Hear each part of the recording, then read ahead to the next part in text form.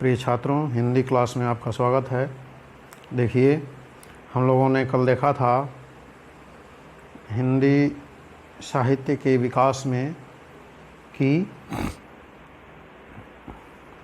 हिंदी के प्रचार प्रसार में ईसाई मिशनरियों का भी बहुत बड़ा योगदान रहा और आर्य समाज के आंदोलन से भी हिंदी प्रसार को अपूर्व गति मिली। स्वामी दयानंद ने अपने सत्यार्थ प्रकाश की रचना हिंदी में की थी। अब आगे देखेंगे हम लोग। 19वीं शताब्दी के मध्य में दो और लेखक सामने आए। देखिए, इसमें राजा शिव प्रसाद सितारे हिंद। राजा शिव प्रसाद आए, इनकी उपाधि है सितारे हिंद। इनका जीवन काल रहा 1823 से 1895 ईस्वी तक। हिंदी गद्य का अरबी फारसी मिश्रित रूप, मतलब हिंदी गद्य के अंतर्गत अरबी और फारसी का भी प्रतिष्ठित करना चाहा और इसके विरुद्ध राजा लक्ष्मण सिंह ने, जो दूसरा नाम आता है वह है राजा लक्ष्मण सिंह का। देखिए, पहला राजा शिव प्रसाद सितारे हिंद और दूसरा राजा लक्ष्मण सिंह।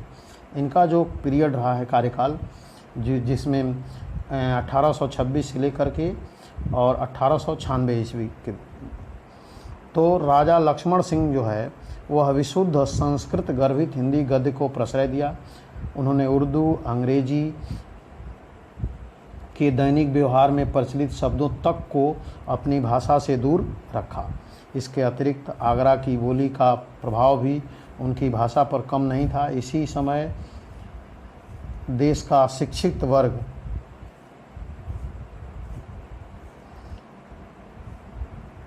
इसके अतिरिक्त आगरा की बोली का प्रभाव भी उनकी भाषा पर नहीं था। इसी समय देश के क्षितिज पर भारतेंदु हरिश्चंद्र का उदय हुआ। देखिए, भारतेंदु हरिश्चंद्र का जो है हिंदी जगत में आविर्भाव एक बहुत ही महत्वपूर्ण घटना है। भारतेंदु ने अपनी अनोखी प्रतिभा और महान व्यक्तित्व से तत्कालीन समाज को अद्भुत रूप से प्रभावित किया।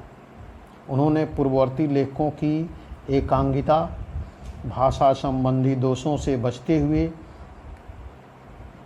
हिंदी गद्य का स्वच्छ, संतुलित और शिष्ट रूप सामने रखा। उन्होंने संस्कृत के सरल शब्दों को लेने के साथ साथ सर्वसाधारण में प्रचलित विदेशी शब्दों को भी ग्रहण किया। तद्भव, देशज तो थे ही, इसके अतिरिक्त कहावतों, मुहावरों के प्रयोग से उन्होंने भाषा को सजीवता प्रदान की। उनके नेतृत्व में हिंदी साहित्य को नए क्षितिज प्राप्त हुए। वे वस्तुतः आधुनिकता के जनक थे। ललित साहित्य की अनेक विधाओं के अतिरिक्त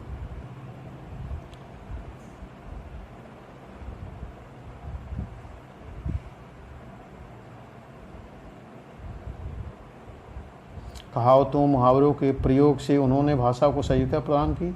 उनके नेतृत्व में हिंदी साहित्य को नए क्षितिज प्राप्त हुए। वे वस्तुतः आधुनिकता के जनक थे। ललित साहित्य की अनेक विधाओं के अतिरिक्त उपयोगी साहित्य के अंतर्गत आने वाली विभिन्न विषयों की ओर भी उनकी दृष्टि गई। यह उन्हीं की प्रेरणा थी कि खड़ी बोली हिंदी की बाल्यावस्था में ही इतिहास, भूगोल, विज्ञान, धर्म, पुराण, उपन्यास, नाटक, निबंध, पुरातत्व आदि न जाने कितने विषयों की ओर हिंदी के लेखक प्रवृत्त हुए। भारतेंदु एक व्यक्ति नहीं वरन एक संस्था थे। उन्होंने कितने ही लेखकों को जन्म दिया, जिनमें प्रमुख हैं श्रीनिवास दास, बालकृष्ण भट्ट, प्रताप नारायण मिश्र, राधा कृष्ण दास, कार्तिक प्रसाद खत्री, राधाचरण गोस्वामी, बद्री नारायण चौधरी, प्रेमवंत आदि। भारतेंदु युग का गद्य अत्यंत सजीव गद्य है। देखिए, इसमें आपको ये नाम याद रखना है कि ये सारे जो है भारतेंदु युग के लेखक हैं, जैसे श्रीनिवास दास, बालकृष्ण भट्ट, प्रताप नारायण मिश्र, राधा कृष्णदास, कार्तिक प्रसाद खत्री, राधाचरण गोस्वामी, बद्री नारायण चौधरी, प्रेमगन। तो पूछता है कभी कभी क्वेश्चन कि निम्न में से कौन लेखक जो है भारतेंदु युग का है, या भारतेंदु युग के 2 लेखकों के नाम लिखिए। तो आपको इसको याद रखना है। भारतेंदु युग का गद्य अत्यंत सजीव है। इस युग के लेखकों में अपनी भाषा, अपनी जाति, अपने राष्ट्र के उत्थान के लिए बड़ी अकुलाहट थी, एक व्याकुलता थी, एक बेचैनी थी उनके अंदर, और उन्होंने नवयुग के इस नई लहर को घर घर पहुंचाने का अथक प्रयास किया था। भारतेंदु युग के बाद 20वीं शताब्दी में जिस एक व्यक्ति ने हिंदी गद्य के निर्माण एवं प्रसार के लिए सर्वाधिक कार्य किया, उनका नाम महावीर प्रसाद द्विवेदी है। इंडियन प्रेस प्रयाग से सरस्वती मासिक पत्रिका का प्रकाशन हिंदी साहित्य की एक महत्वपूर्ण घटना थी।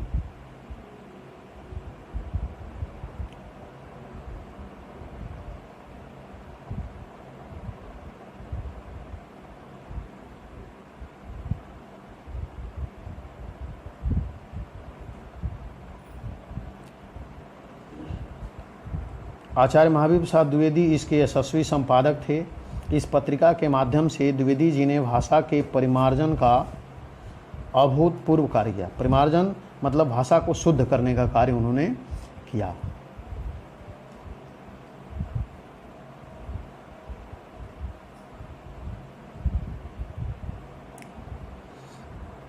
द्विवेदी युग के प्रवर्तक भी यही हैं, यानी भारतेंदु महावीर प्रसाद द्विवेदी जो है द्विवेदी युग के प्रवर्तक हैं। उनकी प्रेरणा और निर्देशन से ललित और उपयोगी दोनों प्रकार का साहित्य विपुल परिणाम में लिखा गया। सरस्वती ने हिंदी भाषा का एक स्तर प्रतिष्ठित किया। भाषा के शब्द भंडार की वृद्धि के साथ साथ उसकी अभिव्यंजना शक्ति की भी अभिवृद्धि हुई। विविध प्रकार की भाषा शैलियों के जन्म के साथ साथ गद्य के विविध रूपों का विकास हुआ। उपन्यास साहित्य में देवकी नंदन खत्री ने चमत्कार प्रधान तिलस्मी उपन्यासों की परंपरा से हटकर मानव चरित्र की ओर एक युग के रचनाकार सचेष्ट हुए, जैसे जासूसी, सामाजिक, ऐतिहासिक, पौराणिक,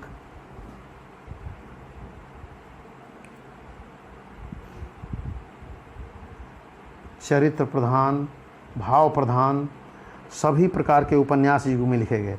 द्विवेदी युग के उपन्यासकारों में किशोरीलाल गोस्वामी, गोपाल राम गहमरी, वृंदावन लाल वर्मा, विशंभरनाथ कौशिक, चतुरसेन शास्त्री उल्लेखनीय हैं।